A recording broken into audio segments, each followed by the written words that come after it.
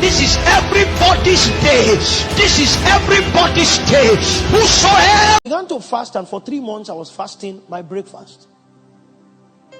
I was taking a walk across the campus one of those days after about 3 months, and the Lord came again, same voice, to tell me, if you continue with breakfast, you will have gray hairs before you can understand scriptures. So I said to him, what shall I do? So he said, give me your lunch. So I said, you can have my... Now, if you follow this protocol, you may not know scriptures. Because the pathways to achieving the ends of God are idiosyncratic. It means they are tailor-made for people. The only motivation you can have from what I'm saying is that you go to God and ask him, show me my pathway. Are you with me? There are no generalized pathways. People go to school learning the keyboard, but I've seen someone before. There's a prophetess in the US called Wanta Bynum. There was a day she came to church and her keyboardist was not around, so there was nobody to play. So she picked a young man from the crowd and told him to sit on the keyboard. Never learned before. Emptied 2 bottles of oil on his head, and he could play well. That's a pathway.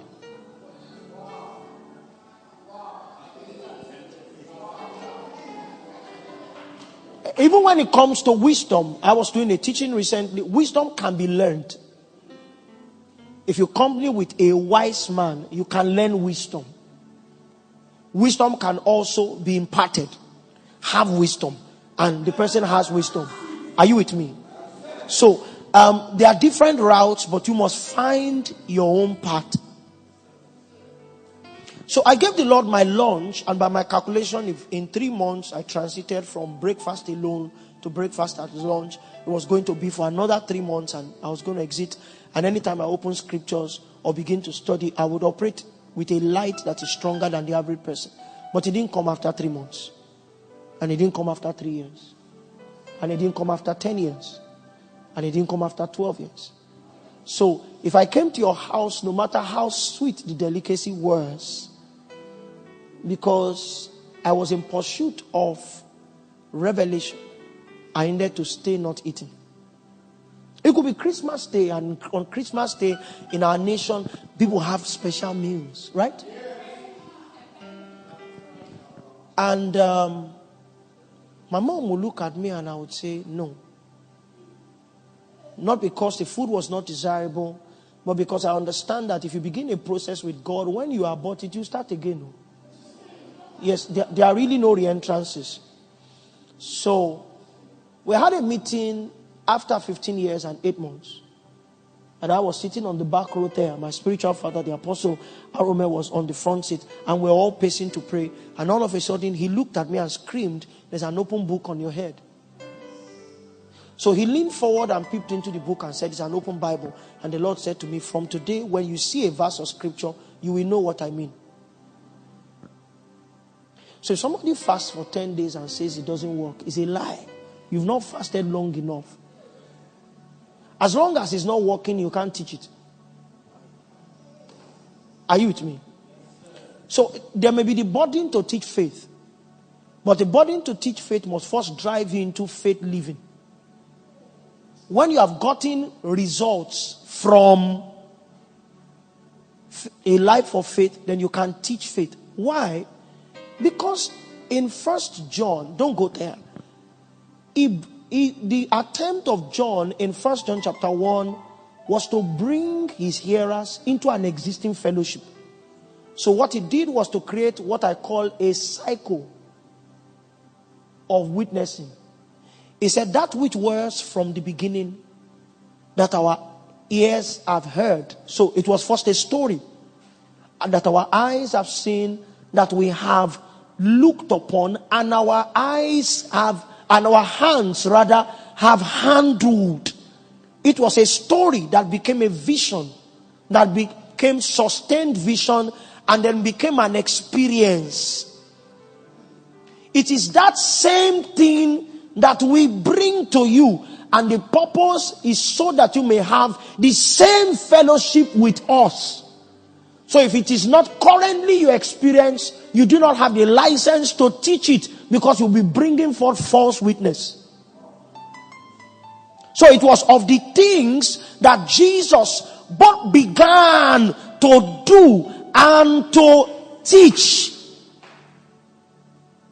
So if you have not experienced the love of God, don't tell people that God is love. Because if they ask you questions, you still be doubting.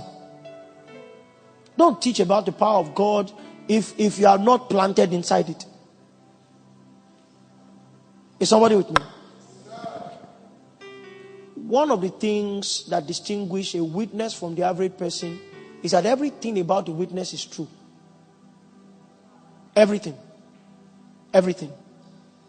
If it's sunny and the witness comes and says it's going to rain, believe him.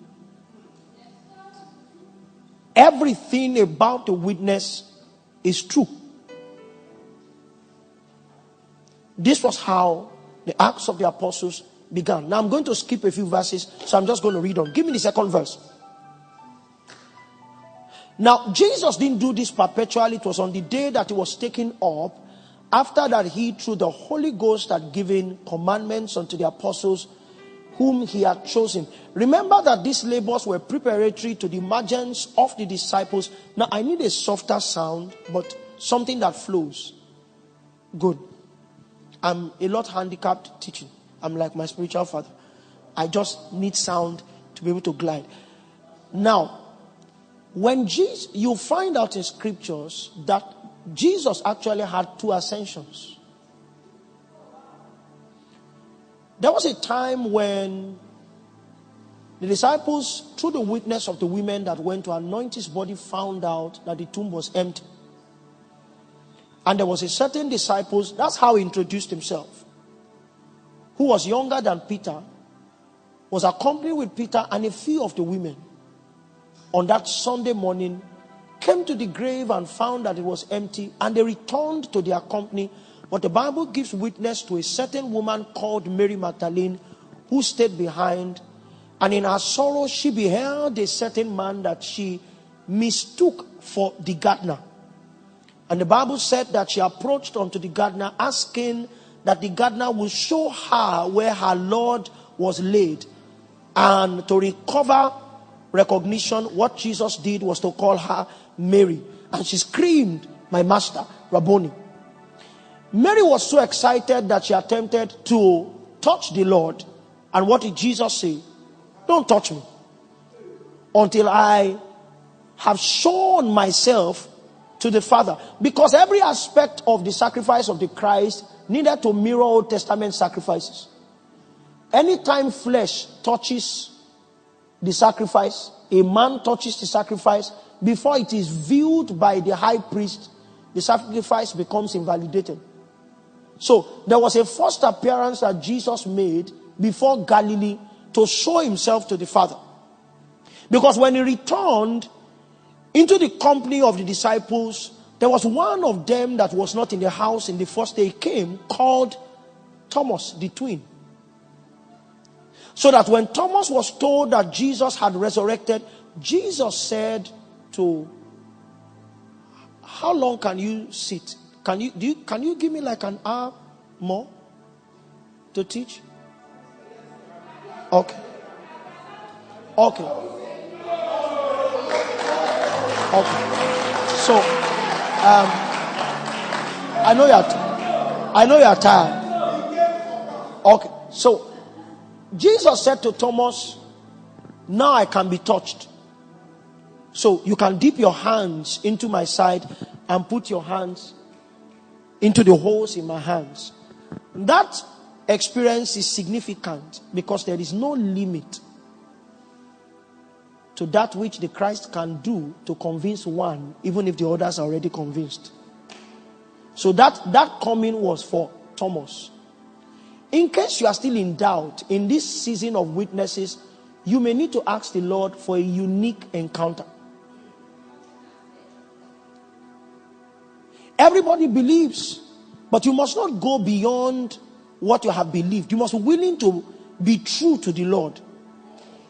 To say, "Lord, I have a problem believing that you are alive. And every time he hears that, he's under pressure to come for you alone, just to ensure that there is none who is kept in unbelief.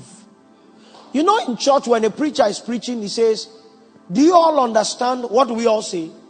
Yes, because nobody really wants to look like spiritually naive. So, the Bible said that after he had returned, it was as though Jesus escaped for heaven for another 40 days. It was because there was a teaching curriculum that he had that he could not conclude before the cross. I showed you why yesterday. It was because he taught to a particular point and they could no longer bear it. So the curriculum had to be cut off. So when he resurrected, he resumed not to a throne, he resumed back to a class. He had a type in the Old Testament. There was a certain boy called David who was plucked out of following sheep in the day of Israel's warfare. His assignment was to take food to the battlefield to give his brothers, because the nation of Israel had tarried for 40 days. You see, 40 days. Had tarried for 40 days feeding them. And when he showed up on the 40th day, he heard the sound of a strange man on the fields of Philistia, screaming and cursing the nation of Israel. And he decided to ask a few questions. What would the king do to the man who brings down this child? He's an uncircumcised man. David understood that strength was not advantage, was not the advantage. If you are fighting an uncircumcised man, circumcision is. So he can be stronger, they can be more. But once they fall into the class of the uncircumcised, circumcision becomes the new advantage. So David approached and brought him down. But did he go to the throne? He went back to following sheep. So in the same way, Jesus labored and the throne, but instead of going to the throne, what he decided to do was to go back to class, because his assignment was not essentially to just sit on the throne. It was to bring a people to their thrones. So the class had to continue. Now, the Bible said that what he was doing in continuation was that through the Holy Ghost, Jesus was operating by the fullness of the Spirit, and under that influence, he was giving commandments to the apostles. It was a company of the sent ones. That's the shape of the New Testament church. Some of us will be privileged to operate in the office of the apostle, but every one of us is apostolic. It means the design of our discipling. Who preached in the morning? I've forgotten his name. Pastor Bajona. Yes. He emphasized on discipling. There was a point he was speaking in the morning and spoke about discipling. That's a deliberate labor to teach people into the kingdom. We know you are in. So if I decide today to delist myself from the citizenship of Nigeria and I decide to become a Ghanaian, for example, I will need to be taught certain things.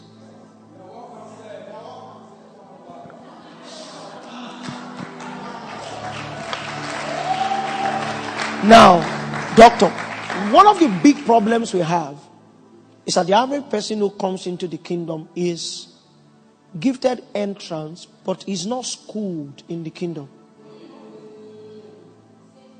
It's a kingdom of privileges, it's a kingdom of responsibilities. Many times what is advertised are the privileges, and not all the privileges are free. Some of them can only be embodied because you became responsible. Let's look at scriptures. I urge you therefore, brethren, what portion is that? Romans 12. By the mercies of God, that you offer yourselves a living sacrifice, holy as and acceptable unto God, which is your true act of worship.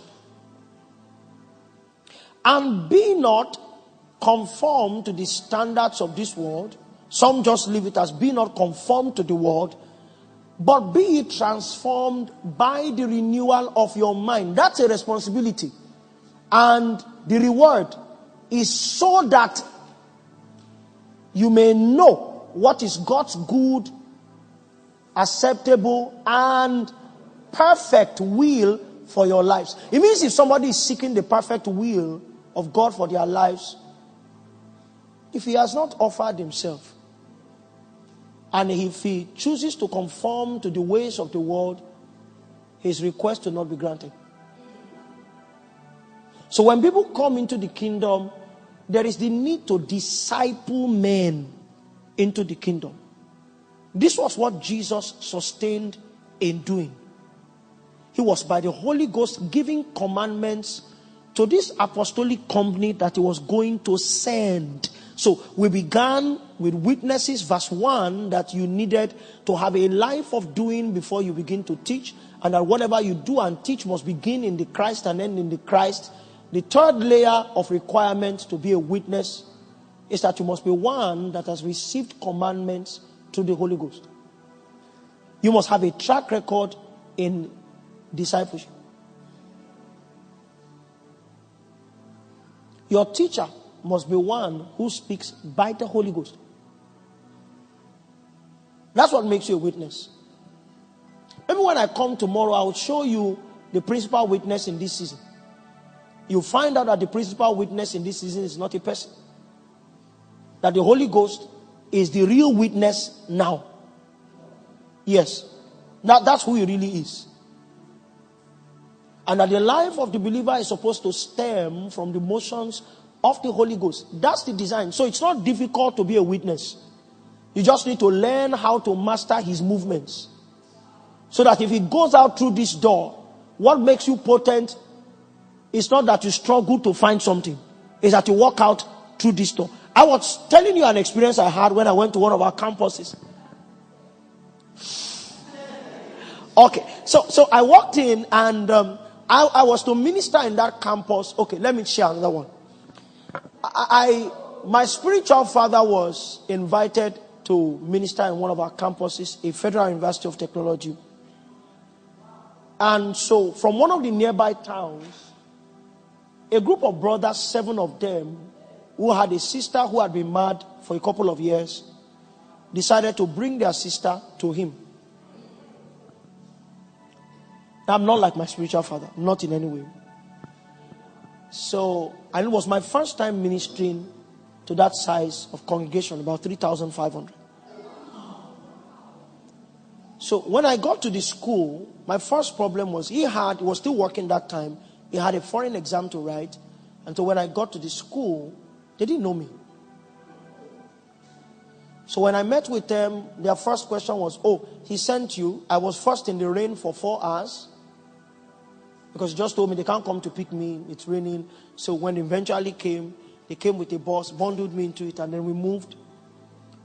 The head of the Christian body looked at me and asked me a question. Can you preach?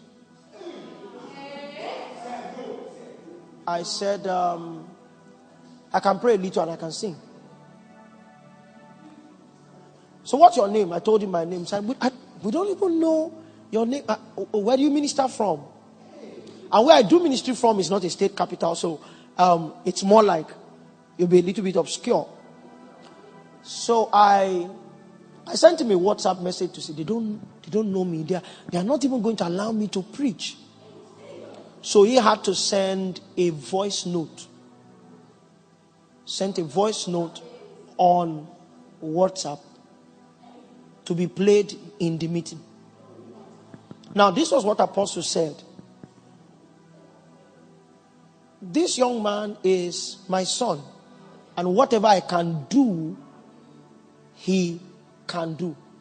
That's who a witness is. So first night, I preached for 35 minutes, prayed for a few sick people, and before God, that they got healed was surprising to me. Yes, because I've not had that experience before. I was surprised that they were healed. Apparently, they had kept this young lady locked up in a room because they didn't see Apostle. But when they saw the few people get healed, they decided to come.